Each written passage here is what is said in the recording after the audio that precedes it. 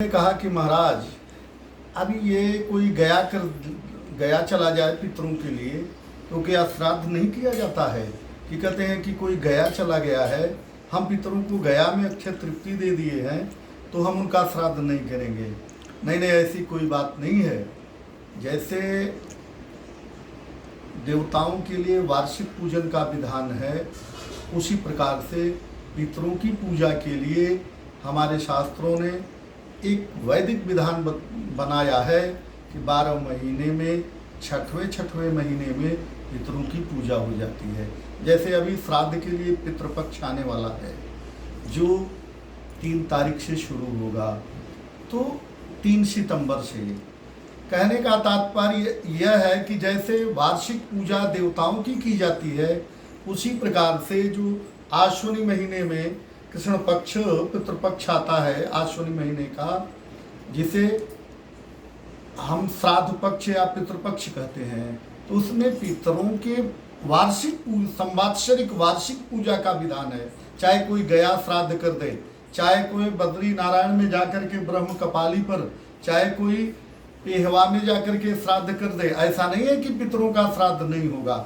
शास्त्रों ने बताया है, मनीषियों ने बताया है कि ये जो पितृपक्ष आता है, गया श्राद्ध के बाद भी, बद्री नारायण में ब्रह्म कपाली के श्राद्ध करने के बाद भी, पेहवा में पितरों का पिंडदान करने के बाद भी, पुष्कर में मातृगया का पिंडदान करने के बाद भी, इस पितृपक्ष में पितरों के लिए श्राद्ध करें। श्राद्ध श्रद्धा ही श्राद्ध का स्वरूप है। अब जिनके घर में कहते हैं महाराज हमारे घर में संतान नहीं है, ये आपत्ति आती है, ये बाधा है, वो बाधा है, व्यापार नहीं चलता, तबीयत खराब रहती है और पैसे भी आते हैं, खर्च हो जाते हैं, वहाँ केवल एक ही बाधा है कि आपके पितर प्रसन्न नहीं है। और पितरों की प्रसन्नता से ही संतान की वृद्धि, घर में वैभव, सुख शांति प्राप्त होती है। जैसे देवताओं की पूजा आप कितना भी करिए, देवता कुछ भी नहीं दे सकते हैं जब तक हमारे पितर की कृपा नहीं होगी। हमारे जो अर्यमा, सोमप, अग्निश्वास जैसे पितर वहाँ देवताओं के बीच में बैठे रहते हैं।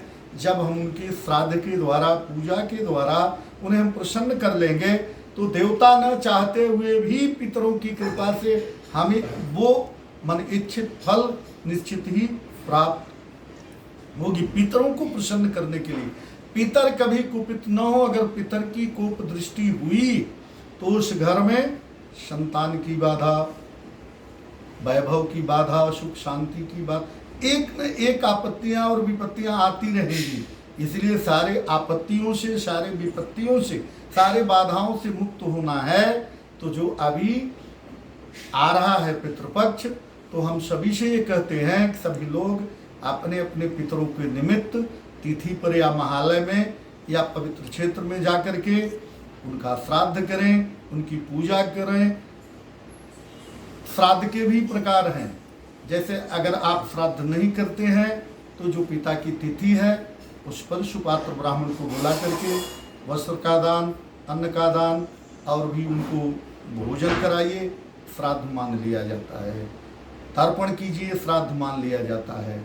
लेकिन हम ये चाहते हैं कि अभी पितृपक्ष आने वाला है, तो श्रद्धापूर्वक लोग अपने अपने पितरों की पूजा के लिए अभी से तैयारी कर लें।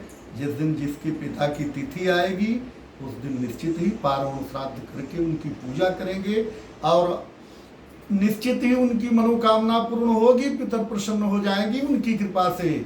मातृदेवो भव, पितृदेवो भव, ऐसी श्रुतियाँ कहती हैं। तो हमारे माता पिता तो देवता स्वरूप हो गए हैं, इसलिए उनकी जो वार्षिक पूजा है, जो वार्षिक पूजा का विधान है, निश्चित ही आश्विन मास का पितृपक्ष आ रहा है। इन 15 दिनों में जिनके अपने माता पिता की तिथियां आती हैं, वो निश्चित ही श्रद्धापूर्वक श्राद्ध करें, तर्पण करें और उनकी पूजा करें। पितरों की कृपा से उनकी सारी मनोकामनाएं पूर्ण हो जाएंगी।